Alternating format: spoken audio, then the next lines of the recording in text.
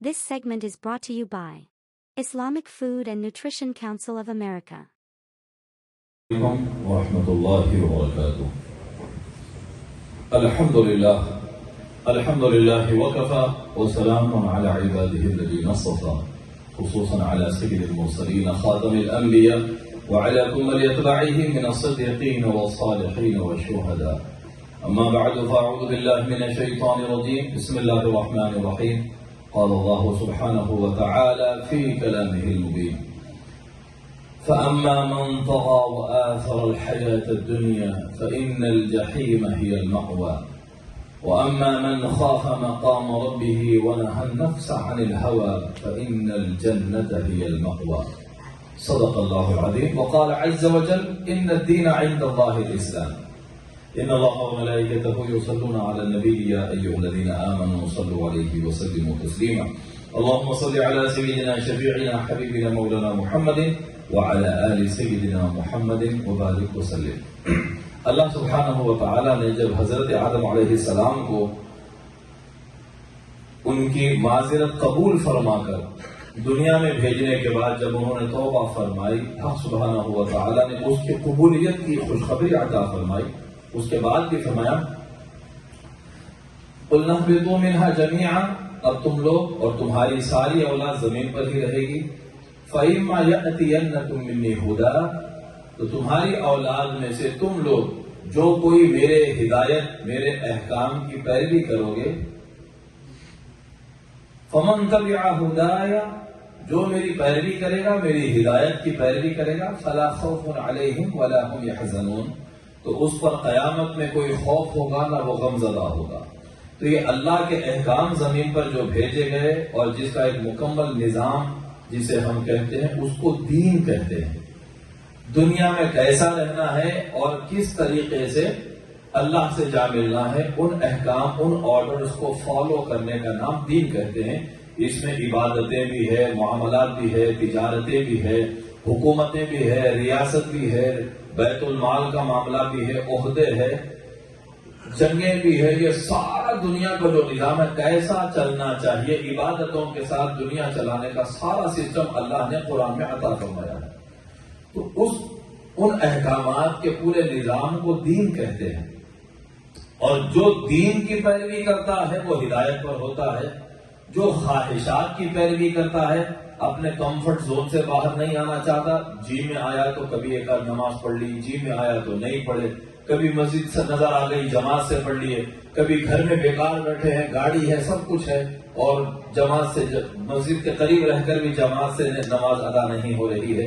یا حقوق کے معاملے میں یا جائیداد کی تقسیم کے معاملے میں جہاں اللہ نے پاور عطا کیا اس کا مس یوز کر رہے ہیں. یہ ساری خواہشات کی پیروی ہے. اس پر اللہ سبحانہ و تعالی فرماتے ہیں: فَأَمَّا مَن طَغَى، جس نے سرکشی کی، نافرمانی کی، منمانی کی، وَآثَرَ الْحَيَاةَ الدُّنْيَا، اور دنیا کی زندگی کو پریورٹی دے دی. بھائی جو ہے یہاں ہے، یہ بس آرام کر لو، جو ہے یہ کھا لو، بعد میں ملے گا نہیں معلوم. کسی کی حق تلفی کر لو، کون دیکھ رہا ہے، دیکھیں گے آخرت ہوگی کہ نہیں ہوگی. یہ بے ایمانی کے خیالات آ جائے تو دنیا کی وَآثَرَ الْحَيَاةَ الدُّنْيا، دنیا کی زندگی کو سب کو سمجھ لیا. فَإِنَّ الْجَحِيمَ هِيَ الْمَأْوَى، اس کا ٹھکانہ جہنم ہے. یہ آیت کی آئینے میں اگر آپ کو دیکھو تو اس امت کا پہلا شخص جس نے دین میں دنیا کو ترجیح دی، نام اسلام کا لے کر سنت کے خلاف، شریعت کے خلاف امت میں بے دینی بات کی پیروی کو عام کرنے کی جو کوشش کر رہا تھا وہ یزید ابن معاویہ تھا. آثر الحیات الدنیا، دنیا کی زندگی کو ترجیح دینے کی ایک تصویر بن کر تخت پر آ کر بیٹھ گیا. وَأَمَّا مَنْ خَافَ مَقَامَ رَبِّهِ، اور جو رب کے سامنے کھڑے ہونے سے ڈر گیا. وَنَهَى النَّفْسَ عَنِ الْهَوَىٰ، اور اپنی نفس کو خواہشات سے روک لیا. خدا کے خوف میں جو زندگی گزارا، فَإِنَّ الْجَنَّةَ هِيَ الْمَأْوَىٰ، اس کا ٹھکانہ جہنم ہے. یہ دو آیتیں ہمیں دعوت دے رہی ہے. اگر دنیا کو پریورٹی دینا ہے تو ایک کاغذ پر لکھ کر رکھ لو کہ پھر میں جہنم میں جانے والا ہوں. اگر اتنا حوصلہ اور ہمت ہے نہیں تو پھر اپنا راستہ بدلو، اپنا ڈائریکشن چینج کرو، اپنا ڈیسٹینیشن اپنے زندگی کے جی پی ایس میں چینج کر لو. جانا کہاں ہے؟ اگر جنت میں جانا ہے تو پھر راستہ بدلنا ہے. یہ جو راستہ خواہشات کا انسانیت جس پر چل رہی ہے اس کا ڈیسٹینیشن جہنم ہے. اور اس کی اسلام میں ایجاد کرنے والا یزید تھا جو بیٹھا تھا تخت اسلامی پر، شراب پیتا ہوا، جوا کھیلتا ہوا، نمازیں ترک کرتا ہوا، لوگوں کا امن چھین کر حقوق طلب کرنے والا، بیت المال کا خزانہ جو سرکار مدینہ سے لے کر حضرت ابوبکر عمر عثمان و علی امام حسن کے زمانے تک خلافت راشدہ میں ایک ایک امانت دار کو پہنچائی جا رہی ہے، مگر یہاں پر سارے مال پر قبضہ ہو گیا. جو اس کی سنے گا اس کو مال دیا جائے گا، اس کو عہدہ دیا جائے گا. یہ خواہشات کی پیروی دین میں آ گئی اور امام حسین کا منصب ہی یہ تھا. امام حسین رضی اللہ تعالیٰ عنہ علیہ السلام جو خاندان نبوت کے اس وقت آخری چشم و چراغ تھے، نبی کی اولاد میں سے آخری رسول کا آخری بیٹا امام حسین علیہ السلام اگر وہ دین کے لیے نہ نکلتے، اگر وہ بھی کمفرٹ زون دیکھ لیتے، کسی اور شہر کا رخ کر لیتے تو دین بدل چکا تھا. یزید نے دین کی دھجیاں اڑا دی تھی. قرآن رہتا، نہ حدیث رسول ہم تک صحیح پہنچتی، اور نہ ہی سنت کا کوئی تعارف اور پہچان باقی رہتی. امام حسین رضی اللہ تعالی عنہ علیہ السلام نے بجائے خواہش کی پیروی کرنے کے، بجائے دنیا کی زندگی کو ترجیح دینے کے جو کہ یزید کر رہا تھا، فَأَمَّا مَنْ طَغَىٰ وَآثَرَ الْحَيَاةَ الدُّنْيَا فَإِنَّ الْجَحِيمَ، جو خواہشات کی پیروی. اگر امام حسین کوئی عہدہ لے لیتے، گورنری لے لیتے، آپشن تھا آپ یزید کے انڈر میں آ جائیے، عیش اور آرام کی زندگی گزاریے، اتنی جائیداد ملے گی، اتنی دولت ملے گی کہ اندازہ نہیں لگایا جا سکتا. مگر اس کا راستہ باطل کا تھا، اس کا راستہ چوری کا راستہ تھا. وہ یزید کا اپنا کمایا ہوا نہیں تھا، نہ ہی یزید کی وراثت میں کوئی کیا کہتے ہیں کہ مکے کی پراپرٹی سے کچھ ہی. وہ مسلمانوں کی امانتیں تھی، جو خرچ ہو رہا تھا باطل طریقے سے ہو رہا تھا. تو امام حسین وہ آپشن تو چوز نہ کرتے. وہاں امام حسین کی ڈیوٹی تھی اعلاء کلمت الحق، دین کے لیے کھڑے ہونا. یہاں یہ بات بھی سن لیں، سرکار مدینہ صلی اللہ علیہ وآلہ وسلم کو سب سے زیادہ محبت اپنے بیٹے کو بھی قربان کر دیا حسین ابن علی پر. دو بیٹے نبی کی گود میں تھے، ایک جگہ ابراہیم تھے، ایک جگہ حسین تھے. اللہ کی طرف سے فرشتہ آ کر کہتا ہے اے اللہ کے رسول، اس وقت اللہ دو میں سے ایک کو بلانا چاہتا ہے، آپ کس کو روکنا چاہتے ہیں، کس کو بھیجنا چاہتے ہیں اللہ کے پاس؟ حضور نے فرمایا حسین کو رہنے دو، ابراہیم کو لے کر جاؤ. اب پر قربان کر دیا تو پتا چلا سب سے زیادہ محبت حسین سے رسول نے فرمائی ہے. بی بی عائشہ صدیقہ سے کسی نے پوچھا حضور سب سے زیادہ کس سے محبت کرتے؟ تو فرمایا فاطمہ. مردوں میں کس سے کرتے تھے؟ فرمایا زوجہا، فاطمہ کے شوہر علی سے. فاطمہ اور علی سلام اللہ علیہما، ان سے بڑی محبت فرمائے، ان کی اولاد سے بے پناہ محبت فرمائے. تو سب سے زیادہ اپنے بیٹے سے زیادہ محبت امام حسین سے فرمائے. مگر جب بات دین کی آئی، جب بات اللہ کی رضا کی آئی تو اپنا سب سے محبوب بیٹا بھی دین پر قربان کر دیا گیا. یہاں دین کی اہمیت سمجھ میں آتی ہے. دین اسلام، اللہ کا قانون، اللہ کی رضا، اللہ کی خوشنودی، سب سے زیادہ پریورٹی اس کی ہے. اللہ کے دین پر حسین جیسا بیٹا بھی قربان کر دیا جاتا ہے تو یہاں پتا چلتا ہے دین سے کتنی محبت ہونی چاہیے. یہ دین کیا ہے؟ حضور نے فرمایا کہ کوئی اس وقت تک مومن نہیں ہوتا. تین خصلتیں جس میں ہو، ثلاث من کن فیہ وجد حلاوۃ الایمان، تین چیزیں جس میں ہے وہ ایمان کی مٹھاس چکھتا ہے، اس کو مزہ، ایمان کیا ہے اس کا مزہ لگ جاتا ہے. اللہ رسول سے سب سے زیادہ محبت ہونا، اور جس سے بھی محبت کرنا اللہ رسول کے لیے کرنا. ان يحب المرء لا يحبه الا لله، جس سے بھی محبت کرو اللہ کے لیے کرو، اپنے فائدے کے لیے، اپنے نفع کے لیے۔ جو مجھے عزت دے گا میں اس کو دوں گا، جو میرے ساتھ حسن سلوک کرے گا تو میں ہی کروں گا، گیو اینڈ ٹیک کا معاملہ کروں گا، نہیں۔ اللہ کے لیے معاف کرنا، اللہ کے لیے بے غرض محبت کرنا، اللہ کے لیے کسی کو چاہنا، اس سے ایمان کی مٹھاس ملتی ہے۔ نمبر 3، يكره ان يعود في الكفر بعد ان انقذه الله منه كما يكره ان يقذف في النار، کہ دین سے پلٹ کر کفر کی طرف جانے کو ایسا ہی ہیٹ کرے، ناپسند کرے، جیسا کہ آگ میں ڈالے جانے کو ناپسند کرتا ہے۔ اللہ نے جب اس کو کفر سے بچایا، اسلام اور دین میں جگہ دی، تو پھر کفر کی طرف پلٹ کر جانے کو ناپسند کرے، جیسے آگ میں ڈالے جانے جیسا ڈر ہوتا ہے فائر سے، ایسا ہی کفر سے بندہ ڈرتا۔ دین کی اتنی اہمیت ہے کہ اس سے محبت اور کفر سے نفرت اور کراہت کے بغیر ایمان کا مزہ زبان کو نہیں آتا۔ یہ دین اللہ کی دی ہوئی سب سے بڑی دولت ہے۔ سرکار مدینہ کا صدقہ ہے کہ 1400 سال کے بعد بھی میرے نبی کی ایک ایک حدیث، ایک ایک قرآن کی آیت کو بھی اللہ نے محفوظ رکھا ہے۔ نبی کی ایک ایک سنت بھی آج تک زندہ ہے۔ پہلے نبیوں کا دین محفوظ نہ رہا، ان کے پلٹ کے 40 دن حضرت موسیٰ کوہ طور پر گئے، 40 دن میں آنے تک قوم بچڑے کی پوجا شروع کر چکی تھی۔ ہر نبی کے جانے کے بعد اس کا دین بدل گیا۔ یہ تو میرے رب کا احسان ہے، گنبد خضرا کے مکین سرکار مدینہ کا فیضان ہے کہ آج بھی ہم ان کے قلب پر جو قرآن نازل ہوا، بچہ بچہ اس کی تلاوت کر رہا ہے۔ میرے رسول کی ایک ایک سنت محفوظ ہے۔ کیسے محفوظ ہے؟ ماننا پڑے گا کہ ہر نبی کو خدا نے ایک نعمت نہیں دی جو میرے نبی کو دی، وہ یہ کہ اللہ نے اس امت کو حسین عطا فرمایا ہے، اللہ نے اس امت کو حسن عطا فرمایا ہے۔